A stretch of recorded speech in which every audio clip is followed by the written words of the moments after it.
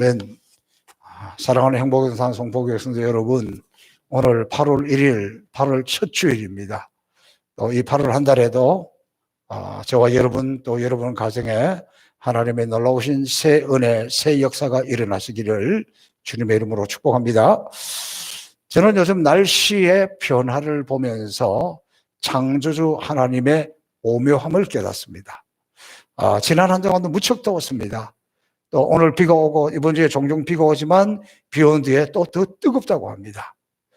그럼에도 불구하고 날씨의 변화가 느껴져요. 낮에는 잘 느끼기 어렵지만 새벽 기도 시간에 이렇게 나와 보면 지난주까지만 해도 아주 날이 이게 더운 바람이, 새벽에도 더운 바람이 이렇게 불어왔어요.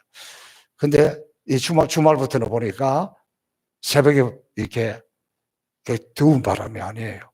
찬바람은 아니지만 좀 시원한 바람이 이렇게 불어오는 것을 보면서 아무리 뜨거워도 또 뜨거움을 유지하고 있어도 또 이렇게 계절은 변하는구나. 또 이 뜨거운 더위가 이 또한 지나가는구나.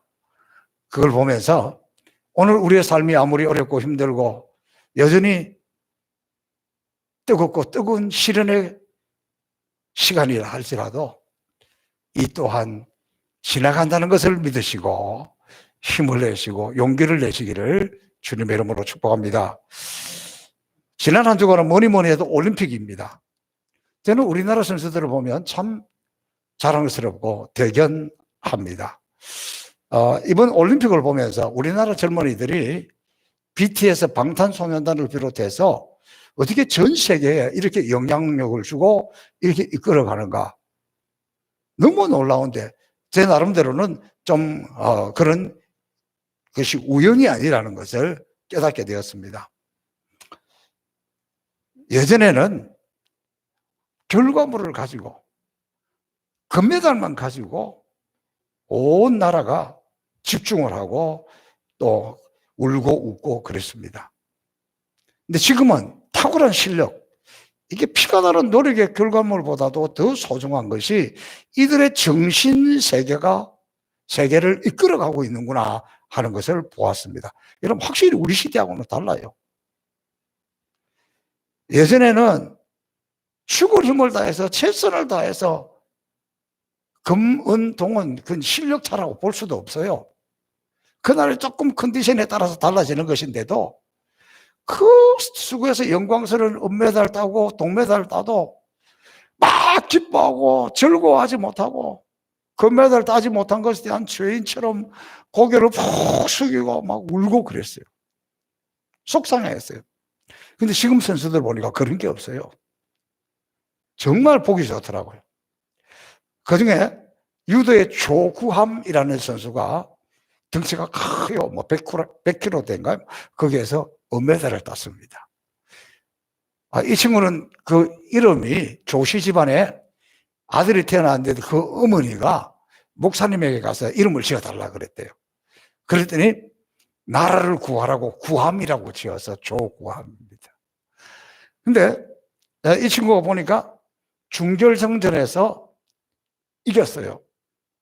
그러니까 진 선수가 막 너무 마음 아파서 울고 있으니까 같이 가서 끌어안고 같이 울더라고요. 눈물을 흘렸어요. 결승전에서는 최선을 다했는데 그냥 마지막에 졌습니다. 금메달을 못 땄어요. 그래도 금메달을 딴 울프라는 선수의 손을 들어주면서 당신이 진정한 우승자다, 축하한다. 멋있잖아요. 저도 이겼을 때에도 졌을 때에도 결과에 연연하지 않고 그런 모습이 너무 좋았습니다. 이런 분위기를 나타내는 대표적인 말이 생겼습니다. 절잣싸, 졌지만 잘 싸웠다. 이 말은 결과에 대한 선수들과 국민들의 반응이 예전보다도 아주 쿨해진 모습이라는 거예요. 또 우리나라에 그 태권도의 간판 스타 이대훈이라는 선수가 있는데 뭐 이변이 없으면 올림픽에서 금메달을 차지할 선수예요. 뭐 세계 선수권대회고 무슨 선수권대회 가서 다 금메달 다 따고 1등 다 했어요. 올림픽에서만 금메달 못한 최고의 실력자입니다. 그런데 첫 판에서 잘 나가다가 그냥 졌습니다. 기가 막힌 상황이 벌어졌는데도 지고 나서도 이긴 상대방에게 너 최고다. 나를 이겼으니까 최고다. 그렇게 쿨하게 그걸 인정하는 이런 모습들을 보면서 참 멋있습니다. 또 저는 아주 우리 인상적인 선수 중에 하나가 안산이라고 그 여자 양궁 선수 있잖아요. 우리 올림픽 여사상 금메달 3개를 처음 딴 선수잖아요. 이 안산이라는 20살 난 여자애가 금메달을 2개 이관왕에 되었는데 그때부터 머리를 짧게 잘랐다는 이유로 머리 짧게 자르니까 이쁘기만 하더만 근데 그걸 가지고 뭐 온갖 루머가 나오고 뭐다 해서 막 비난하고 막 올림픽을 박탈했는데 그것도 우리나라 사람들이 왜 그래요? 지금 설교 시간 많으면 욕을 한마디 해주고 싶은데 참아 못하지만 기가 차잖아. 왜 그런 짓을 하는지 모르겠어요. 그런데 이름을 참 잘 지었구나. 안산. 누가 뭐라 그래도 아무리 흔들어도 흔들리지 않는 산이야. 그래 안 흔들리는 산이에요. 얘가 보니까 그런 거를 다 그런 소리를 듣고 뭐 그럼 이게 막 멘탈이 흔들려 가지고 이 예민한 운동인데 다 그걸 다 이기고 또 금메달을 땄잖아요. 이제 그거 보면서 대한민국의 젊은이들이 이런 멘탈을 가지고 있으니까 이걸 지금 이 세상을 이끌어가는구나 하는 것을 발견했습니다. 저는 이렇게 선수들도 그렇고 국민들도 그렇고 잘 많이 바뀌었어요. 올림픽 중에서도 어제는 우리 대한민국 사람들에게 아주 대단한 날이었습니다. 야구 미국하고 했죠. 축구 멕시코하고 했죠. 미국에게 야구 치니까 저부터도 그래 괜찮아. 뭐 메이저리그들만 있는 미국하고 칠 수도 있는 거지 뭐 괜찮아.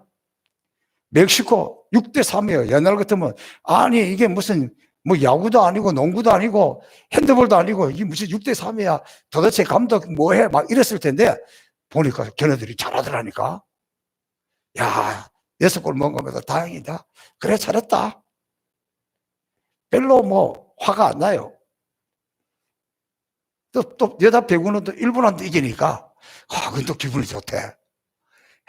아슬아슬하게 이겼는데 얼마나 신나고 뭐 나머지 졌던 건 아무 상관이 없어. 그런 거 보니까 내가 한국 사람인가 봐. 아무튼 이렇게 우리는 이번에 이런 걸 이렇게 보면서 단순히 이 올림픽 운동 경기 뭐 승패 뭐 메달 이런 거를 떠나서 우리나라 백성들의 이 전체적인 이런 문화가 점점 성숙해져 가고 있구나.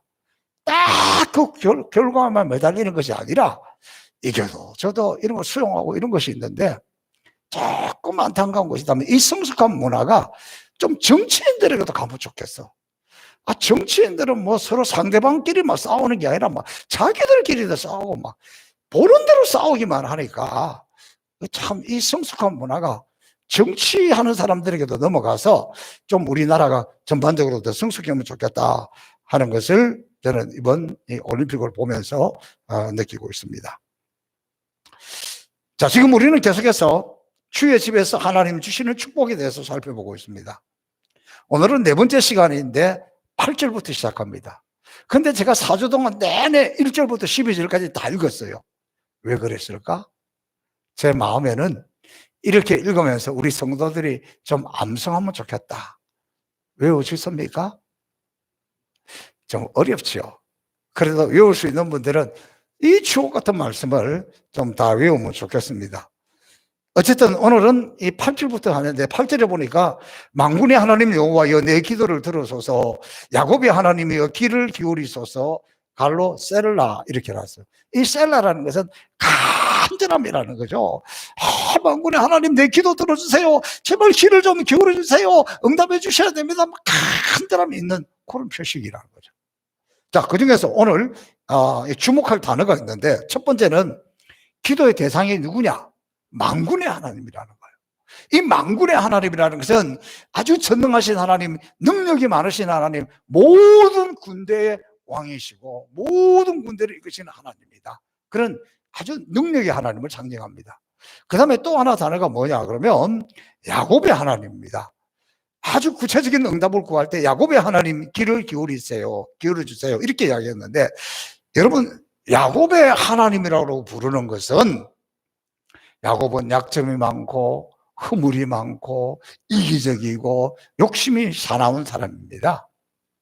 야곱이라는 그 이름의 뜻이 거짓말쟁이, 속임수, 뒤집기 하는 사람, 아주 안 좋은 뜻이에요. 그런 야곱이 하나님에게 은혜를 받으려고 기도할 때는 간절히 구하고 기도해서 하나님의 응답을 받았잖아요. 그래서 지금 이들이 야곱의 하나님, 우리의 소리에 귀를 기울여 주세요 그러는 것은, 하나님 우리 인생에 야곱같이 욕심이 많고 거짓말도 잘하고 속임수도 잘 쓰고 부족하고 하나님 앞에 나설 수 없는 죄인들입니다. 그래도 우리가 하나님 앞에 나왔습니다. 야곱의 기도를 하나님 들어주셨으니까 우리가 이렇게 허물이 많고 약점이 많고 부끄럽고 참 하나님 앞에 설 수 없는 존재지만 우리에게 귀를 기울여 주세요. 야곱도 들어주셨잖아요. 우리의 기도 들어주세요. 그런 뜻입니다. 여러분, 주의 집에서 받을 축복 중에 최고의 축복은 뭐니 해도 기도죠. 기도 응답이잖아요. 기도에 관해서 많이 연구하고 많이 공부하고, 기도는 이렇게 하는 것이 좋다, 저렇게 하는 것이 좋다, 기도는 뭐 언제 하는 것이 좋고 어느 시간에 하는 것이 좋고, 뭐 이론에서 바삭한 것, 또 뭐 나도 옛날에 기도 많이 했어, 그런 것보다 기도의 중요한 것은 지금 내가 실천적으로 직접 기도하고 있느냐 아니냐, 그게 제일 중요한 거예요. 방법이 많이 알면 무슨 소용이 있겠어요. 옛날에 많이 한 것 지금 쌓아놓은 은혜로 하고 있지만, 중요한 것은 지금 하는 기도예요. 지금 실천적으로 하는 기도예요. 제가 지난주에 보니까 좀 여러분 우리 성도들이 교회 예배당에 들러서 좀 기도하면 좋겠습니다, 그렇게 이제 계속해서 강조를 했잖아요. 그랬더니 지난 주간에는 보니까 저녁에 그룹으로 팀을 만들어 왔어. 몇 사람이 이렇게 와서 쫙 에어컨 틀어놓고 기도하는데 저는 보기 좋더라니까요. 그래서 제가 너무너무 기특하잖아요. 이렇게 4명 뭐 이렇게 와서 다 같이 기도하니까 제가 그분들을 위해서 축복 기도해 줬어요. 올림픽답게, 하나님 오늘 이 밤에 저렇게 나와서 하는 이분들의 기도, 저희들이 이렇게 여러 사람이 나와서 같이 할 때 기도, 응답에 큰 메달을 주세요. 기도에 큰 메달을 주세요. 그래서 이들이 하는 이 기도가 정말 금메달처럼 최고의 것으로 응답받도록, 그렇게 저는 무강실에서 이분들을 축복했습니다. 저는 이 팀으로 기도하는 모습을 보면서, 그동안에 우리가 코로나19라고 너무 넋을 놓고 있었어요. 왜 이 평범한 것을 하지 못했을까? 모두가 뭐 구역예배도 뭐 근 2년 가까이 못 드리고, 뭐 권사회도 못 모이고, 뭐 성교회도 못 모이고, 뭐 마음만 아파야지. 뭐 예배 못 드리게 하니까 그것만 생각했지. 정말 이번 주간부터는 구역 식구들이 그럼 다 올 수 있습니까? 뭐 몇 사람이라도, 서너 사람이라도 이렇게 성전에 와서 다 이렇게 나눠서 앉아서 기도하고, 남성교회고 이전도이고 권사이고 이렇게 나와서 이렇게 여러 사람 이렇게 시간에 맞게, 형편에 맞게 이렇게 다 나와서 함께 기도하면 기도의 불길이 타오르고, 얼마나 교회가 능력을 얻고, 얼마나 예배가 힘이 있고, 얼마나 좋겠습니까? 아무도 아멘도 안 하네. 더운데 어떻게 옵니까? 못 모이게 하는데 어떻게 4명, 5명 와도 괜찮아요. 용기를 내세요. 맡으신 분들이 힘을 내세요. 좀 그렇게 하시기를 축복합니다. 주여. 오늘 이 시편 84편의 말씀을 전하면서 이 마지막 시간인데, 저는 이 시편 84편의 말씀이, 이 시가 정말 주옥같이 귀한 시인데 이 시를 도대체 누가 지었을까요? 저도 모르는 사이에 다윗의 시로 막 느낌을 받아요. 정말 다윗의 시하고 비슷한 느낌이에요. 근데 여러분 시편 84편 그 위에 보면 고라사손의 시 이렇게 표현을 해놨어요. 그러면 고라도 아니고 고라 자손들이 이런 시를 지었으면 고라라는 사람이 얼마나 위대한 사람일까? 그래서 이게 한번 찾아보니까 민수기 27장에 보면 실로보앗의 딸들이 모세에게 와서 시집을 보내달라고 하면서 청혼을 하는데 다음과 같이 청혼을 합니다. 민수기 27장 3절, 우리 아버지가 광야에서 죽었으나 여호와를 거슬러 모인 고라의 무리에 들지 아니하고 자기 죄로 죽었고 아들이 없나이다. 그러니까 슬로보앗이라는 이 사람들은, 이 딸들은 그 집안에 아들이 없어가지고 땅을 분배하지 못했습니다. 그런데 우리가 이제 결혼을 하려고 하니까 모세에게 찾아와서 우리에게 땅 분배를 해주세요 하면서, 우리는 우리의 조상들이 광야에서 죽은 거지만 고라 자손들처럼 고라의 무리에 함께 가서 하나님을 반역하지 아니하였고 자기 개인의 수명에 대하여 죄로 죽은 것이지, 고라처럼 그렇게 하나님 배반하지 않았습니다. 우리는 고라 자손보다 깨끗한 집안입니다. 그러니까 우리에게 땅 좀 분배해 주세요. 이렇게 이야기하고 있어요. 그러니까 이 말이 무슨 말이냐 그러면, 지금 이스라엘 백성들에게 있어서는 고라 자손, 이것은 하나님을 반역한 사람들의 대표적인 거예요. 이 신약 시대로 이야기한다면 가룟유다 집안이에요. 가룟유다. 그런데 어떻게 이 사람들이 이렇게 멋있는 시를 썼을까? 기가 막힌 일 아닙니까? 그러니까 이 내용이 이런 거예요. 고라라는 사람은 누구냐 그러면 레위 지파 사람으로서 모세와 아론의 사촌 형이에요. 같은 레위 지파고 또 모세보다도 집안 서열은 높아요. 근데 하나님께서 모세를 부르셔서 지도자를 세우고 아론을 불러서 제사장으로 삼고 그 자기 동생들을 불러가지고 다 이렇게 지도자로 삼고 하고, 자기는 나이도 더 많고 그러니까 화가 난 거예요. 교만해진 거예요. 아니 내가 모세보다 못한 것이 뭐가 있고, 내가 모세보다 말도 더 잘하고, 내가 아론보다 부족한 것이 뭐가 있어. 그런데 내가 그 동생들을 지도자로 섬기고 그들은 뭐 대사장이라고 섬기고 나는 뭐 그 밑에서 순종이나 하고 허대한 일이나 돕고, 이게 뭐야? 그리고는 사람들을 모아가지고, 야 우리가 뭐가 부족해서 모세하고 아론은 그 시키는 대로 따라하고 이렇게 해야 돼? 반란을 일으킨 거예요. 하나님에 대해서 반발을 일으킨 거예요. 하나님이 크게 상처를 받았어요. 하나님이 일꾼들을 세웠고 지도자를 세웠고 그랬는데 이 고라가 반란을 일으키니까 하나님 분노해가지고 땅이 쫙 갈라지게 해가지고 지진을 나게 해가지고 그 속에 고라를 따르던 무리 250명이 다 빠져서 몰살을 해버렸어요. 근데 재밌는 것은 땅이 그 입을 벌려서 그 무리와 고라를 삼키며 그들이 죽었고 당시에 불이 250명을 삼켜 징표가 되게 하였으나 고라의 아들들은 죽지 아니하였더라.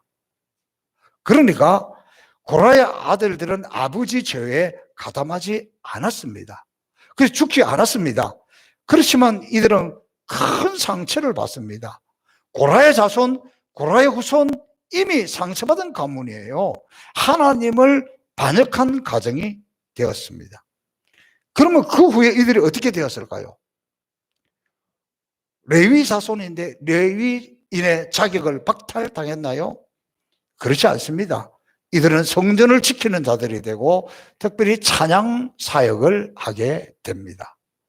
그러니까 보통의 같으면 삼족을 멸할 텐데 하나님은 고라와 고라를 따르는 사람들에 대해서는 심판을 하였지만 그 아들들은 그 죄에 가담하지 않았습니다. 그래도 너희 집안은 안 돼, 너희는 안 돼, 그러지 않고 그들은 계속해서 성전에서 섬길 수 있도록 남겨뒀다는 겁니다. 그러다가 역대하 26장에 보면 유다 여호사방이 아람 왕과 전쟁을 벌이게 되는데 이때 크게 공헌한 것이 두 자손이 나오는데 그핫 자손과 고라 자손에게 속한 레위 사람들에 서서 심히 큰 소리로 이스라엘 하나님 여호와를 찬송하니라. 찬송으로 승리하게 되는 거예요. 근데 특별히 이 고라 자손을 강조하고 있습니다. 왜 이 고라 자손들의 찬양이 힘이 있었겠습니까? 왜 이 고라 자손들의 찬양이 능력이 있었겠습니까? 그것은 그들의 선조 고라가 하나님의 뜻을 거역하였지만 그 심판을 받는 가운데서도 자기들을 버리지 않고 자기들을 살려주고 계속해서 그 성전에서 섬길 수 있도록 성전에서 사역할 수 있도록 은혜를 베푸신 그 하나님의 은혜 앞에 늘 감격했던 거예요. 나 같은 죄인 살리신 주의 은혜에 놀라워했던 거예요. 그 하나님이 지금 어디 계시냐고요. 그 하나님이 계시는 장막이 바로 성전이기 때문에 그 성전이 그렇게 아름답고 그 성전을 그렇게 사모하였던 것입니다. 이들은 성전에서 섬기지만 이미 그들은 상처받았는데 상처 가운데서 하나님을 배반했던 조상들의 잘못을 회개하는 마음으로 그 후손들이 성전에서 섬깁니다. 하나님이 그들을 내팽개지 아니하고 받아주신 것을 더욱 감사로 기쁨으로 섬겼고 성전에서 섬기는 것만 해도 감사하면서 섬겼습니다. 저는 이 시의 배경을 이렇게 이해하니까 더 실감났습니다. 이들이 성전에서 드린 기도 내용이 9절부터 나오는데 9절에 보면 우리 방패의 신 하나님이여 주께서 기름 부으신 자의 얼굴을 살펴보옵소서. 이들이 하나님을 향하여서 우리의 방패라고 이야기합니다. 여러분, 이들의 마음에 하나님 얼마나 두렵겠습니까? 여차하면 땅이 갈라져서 자기 아버지를 비롯해서 그 사람들을 다 집어삼키신 심판의 하나님, 얼마나 두려운 하나님입니까? 그런데 이들은 우리 방패의 신 이 단어를 사용함으로써 하나님은 더 이상 우리를 심판하시는 하나님이 아니야. 오히려 우리가 어려움이 오고 힘든 일이 오고 우리가 문제가 생길 때 우리를 막아주시는 하나님이야. 그 마음의 소원을 담고 우리의 방패라고. 그냥 아무 생각 없이 방패라고 생각하는 것이 아니라 그들을 심판했던 그 하나님이 긍휼을 베풀어 주시고 은혜를 베풀어 주시고 우리를 지키시고 돌보시고 우리의 방패가 되어준다는 것을 고백하면서 우리의 방패가 되시는 하나님, 주의 기름 부으신 자의 얼굴을 살펴보소서. 주의 기름 부으신 자라는 것은 하나님의 백성들을 이야기하죠. 오늘날로 치면 믿는 하나님의 자녀된 우리들을 이야기하는데 그 기도가 이 시편 84편에서 하는 이들의 첫 번째 기도가 하나님 우리의 얼굴을 살펴보십시오. 이 얼굴이라는 것은 사람의 인격, 사람의 삶의 상태를 이야기하고 있는 거예요. 얼굴을 보면 아 이분이 지금 어떤지 알고 있잖아요. 이건 마스크를 가리는 거지 뭐 그걸 잘 못 보죠. 제가 어릴 때 보니까 저희 집안이 이제 장모님 가정이잖아요. 그러면 노회가 다가오고 있으면 그때도 노회 한 이틀 정도를 했어요. 그러면 노회를 하면 그 지역에 있는 장로님들, 목사님들이 다 모여가지고 회의를 하잖아요. 그 다 밥 먹고 살기 어려운 시절이니까 그때 서로 만나면 하는 인사가 뭡니까? 뭐 얼굴을 보잖아요. 아이고 얼굴이 좋으시네요. 요즘 교회가 평안하고 그냥 먹고 살만한가 보죠? 아이고 얼굴 상태가 왜 그래요? 얼굴이 왜 그렇게 안 좋아 보이세요? 그러면 교회가 어렵습니까? 힘든 일이 있습니까? 헌금이 안 들어옵니까? 뭐 이런 것이잖아요. 그러니까 저희 어머니가 노회 때가 딱 오면 한 주 전에 씨암탉을 잡아가지고 목사님에게 며칠 동안 잘 대접을 하는 거예요. 잘 드셨어. 그래 가면 다른 교회 목사님 장로님들이 보고 아유 얼굴이 왜 그래 상했냐 얼굴이 왜 그래 그래 안 하고 얼굴에 좀 기름 있는 걸 드시고 좋은 모습으로 가면 얼굴이 이제 기름이 흐르고 이게 좋아 보이니까 이렇게 하시더라고요. 그러니까 이 얼굴이라는 것은 그 삶의 형편을 이야기하는 거예요. 상태를 이야기하는 거예요. 그러니까 하나님, 우리 얼굴을 봐주세요. 이 말은 무슨 말이에요? 하나님, 나 좀 봐주세요. 내 형편 좀 봐주세요. 내 상황 좀 봐주세요. 지금 너무 어려워요. 지금 너무 힘들어요. 좀 이렇게 살 수가 없으니까 제발 좀 하나님 나 좀 봐주세요. 나 좀 살펴주세요. 그런 뜻입니다. 이 말씀 보면서 오늘 이 코로나19를 지나면서 이 어려운 시기에 우리 좋으신 하나님께서 그 얼굴을 봐서라도 여러분의 얼굴들을 잘 살펴서 여러분이 좀 이 어려운 가운데서 잘 넉넉히 견디고 또 은혜를 베풀어 주시고 축복을 해 주셔서 하나님 여러분의 얼굴을 잘 살펴서 여러분이 평안케 하시기를 주님의 이름으로 축복합니다. 그 다음에 10절에 나온 것은 무슨 뜻이냐 그러면 주의 궁정에서의 한날이 다른 곳에서의 첫날보다 나은즉 악인의 장막에 사는 것보다 내 하나님의 성전 문지기로 있는 것이 좋사오니. 저는 이 말씀 너무 좋아해요. 왜냐하면 제가 어릴 때부터 늘 성전에서 교회에서 자랐고 교회에서 생활했고 교회밖에 몰랐잖아요. 그러니까 그게 좋아서 아예 교회에서 살기로 작정을 하고 성전에서 살기로 작정을 하고 목사가 되었고 그러다 보니까 지금도 사택이 교회 안에 있고 지금까지 이렇게 살아가고 있잖아요.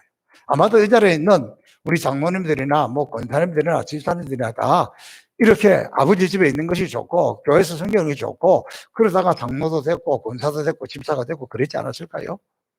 그래서 이 말씀은 저는 너무 좋아요. 그래서 제가 이 설교를 준비하다가 좀 상상력이 발동했습니다. 고라 자손들이 대사성도 아니고 성전 문지기로 있는 것을 그것만 해도 좋다고 사모하였을까?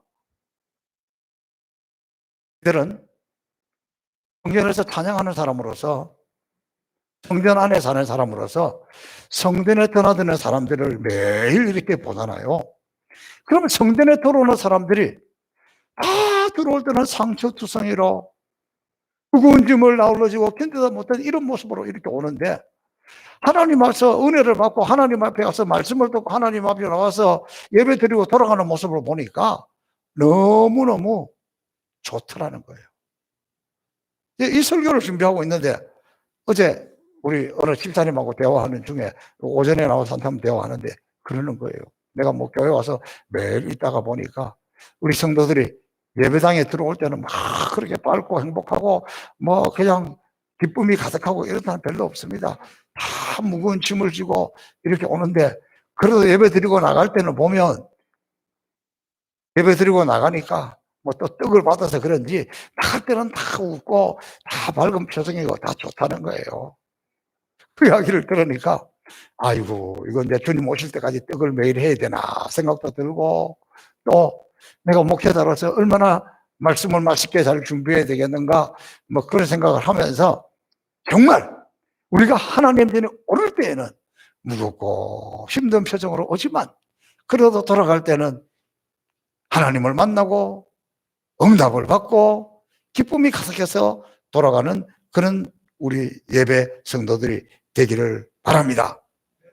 여러분 성전 안에서 사는 것이 얼마나 즐겁고 감사하면서 성전 문지기로 사는 것을 성전에 문지게 하는 것을 저렇게 사모할까 상상을 하는데 제 안에 감사가 흘러나오기 시작했습니다.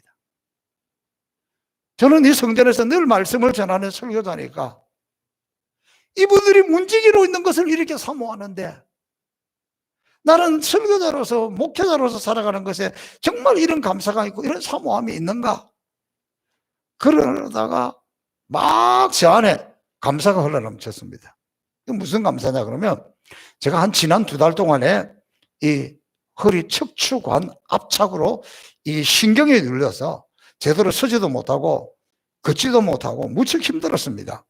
사실 지난 주간에도 제가 새벽 기도를 인도하면서 의자를 옆에다 갖다 놓고 눈 뜨고 하는 것을 스스로 하고 눈 뜨고 하는 뭐 주기도문 사도신경 뭐 또 기도하고 이런 걸 앉아서 하고 사실은 그렇게 했습니다. 그럼에도 여러분의 기도와 또 하나님의 은혜로 지금은 상태가 좀 많이 좋아졌습니다. 제가 육체의 연약함을 경험하면서 많은 생각을 하게 되었는데, 특별히 우리 성도들의 상처와 질병과 고통을 생각하면서 회개도 하고 또 크게 감사가 되었습니다. 그전에 누가 와서 허리가 아프다 그러면 예 기도하겠습니다 그러고 막 기도해주고 뭐 그렇게 했지, 그 고통을 제가 다 느끼지 못했어요. 그런데 제가 이걸 아파 보니까 이거 아무개 권사님, 아무개 집사님, 저분은 내가 당하는 것보다 훨씬 심한 고통과 훨씬 더 아파가지고 그랬는데 그 미안한 마음이 있고, 나는 그래도 이 정도라고 생각하니까 너무 감사 있어서 감사가 크게 늘었습니다.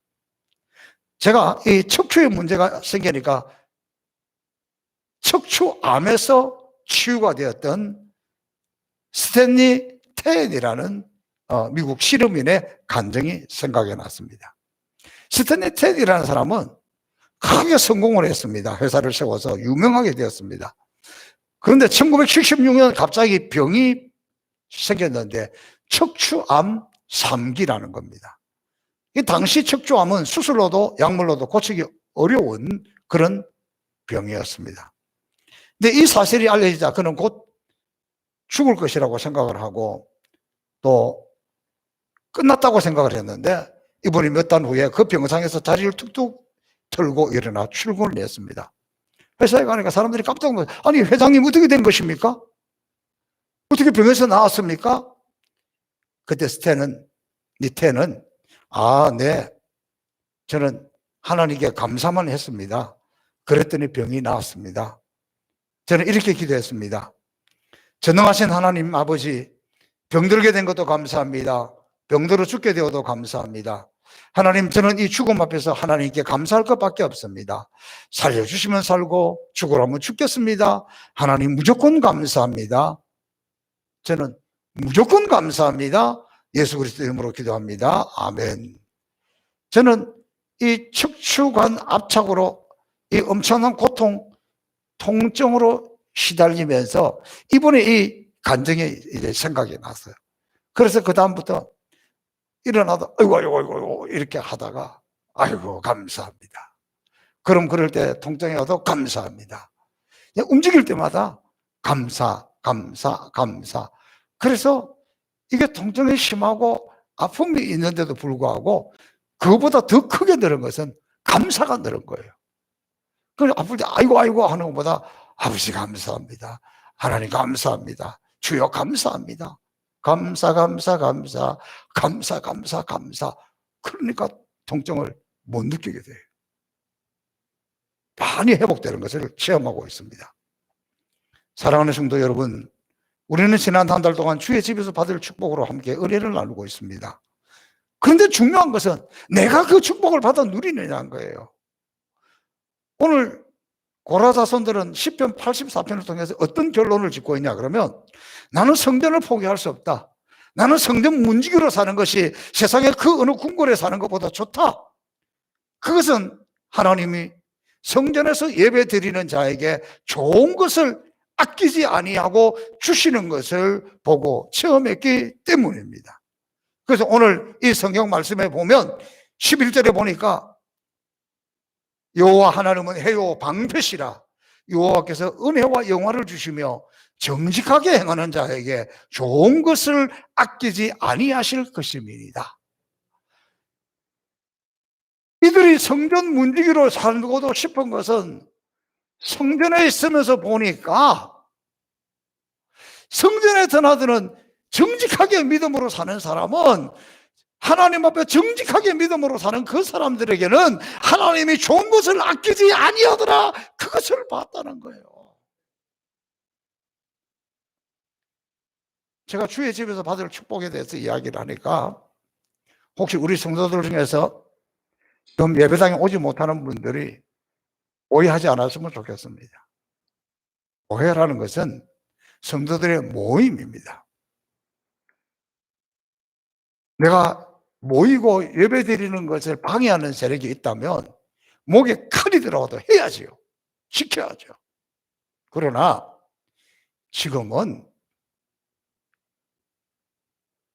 예배 때문에 아니라 전염병 때문에 내가 예배를 지키려고 하다가 다른 사람에게 칼을 겨누는 그런 상황이 되면 안 되지요. 그래서 지금은 흩어져서 예배를 드리지만 이것은 정상은 아니에요. 빨리 회복이 되어서 다 나와야 맞습니다. 그러나 저는 이때를 이용해서 우리가 그동안에 성전에서 예배를 드리고 지금도 성전에서 예배를 드리고 앞으로도 성전에서 예배를 드리는 것이 얼마나 귀한 것인지를, 얼마나 소중한 것인 것을 살펴보는 것이지, 오늘 이 자리에 못 나왔으니까 그거 아니에요. 중요한 것은 어느 곳에 있든지 하나님 앞에 신령과 진정으로 이런 마음으로 예배를 드리는 것이 중요하다는 것입니다. 사랑하는 성도 여러분, 지금 이 코로나19 상황에서 하나님은 가정에서 드리든지 여기서 드리든지 그보다 더 중요한 것은 진정한 예배자를 기다리고 있다는 거예요. 진정한 예배자를 찾고 있다는 거예요. 하나님이 왜 진정한 예배자를 찾고 있느냐? 하나님 앞에 진정으로 정직하게 예배 드리는 자에게 하나님이 좋은 것을 아끼지 아니하고 주시고 싶어서 그러는 거예요. 하나님 지금도 우리에게 말씀하십니다. 내가 아들도 아끼지 않고 너에게 주었는데 무엇을 아끼겠느냐?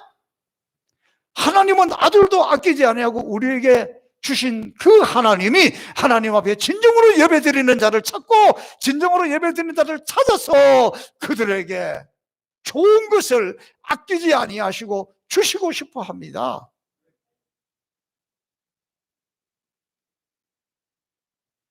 제가 손녀를 보니까 얼마나 이쁜지 몰라요. 그 입에 들어가는 것이 얼마나 이쁜지 몰라요. 근데 요 두 달 된 애가 옥수수를 좋아해요. 신기하더라고요.